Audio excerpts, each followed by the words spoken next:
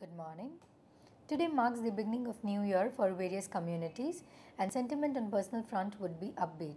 For the market, the situation is anything but happy owing to the worldwide sell-off. The only sweet hope is that global liquidity remains sanguine.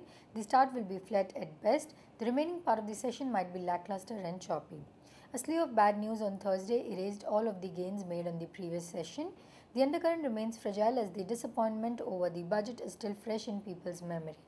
The partial rollback in railway passenger fares add to the ongoing worries about the centre's ability to take hard policy decisions. Reports about irregularities in auction of coal blocks have also added to the government deficit. Globally, concerns about the slowdown in China have increased lately. Eurozone economy has come to a halt while the US is just about managing to keep its head above water.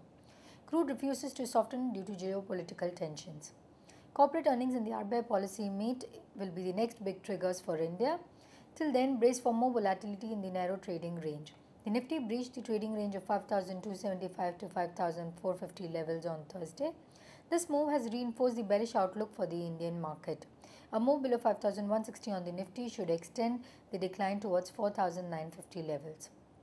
The FIs were net buyers of Rs 2.46 billion in the cash segment on Thursday, while the domestic institutional investors were net sellers of Rs 133 billion as per the provisional figures released by the NSE.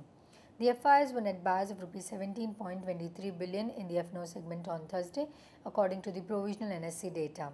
The foreign funds were net buyers of Rs 6.5 billion in the cash segment on Wednesday, as per the SEBI website. Mutual funds were net sellers of Rs 348 million on the same day.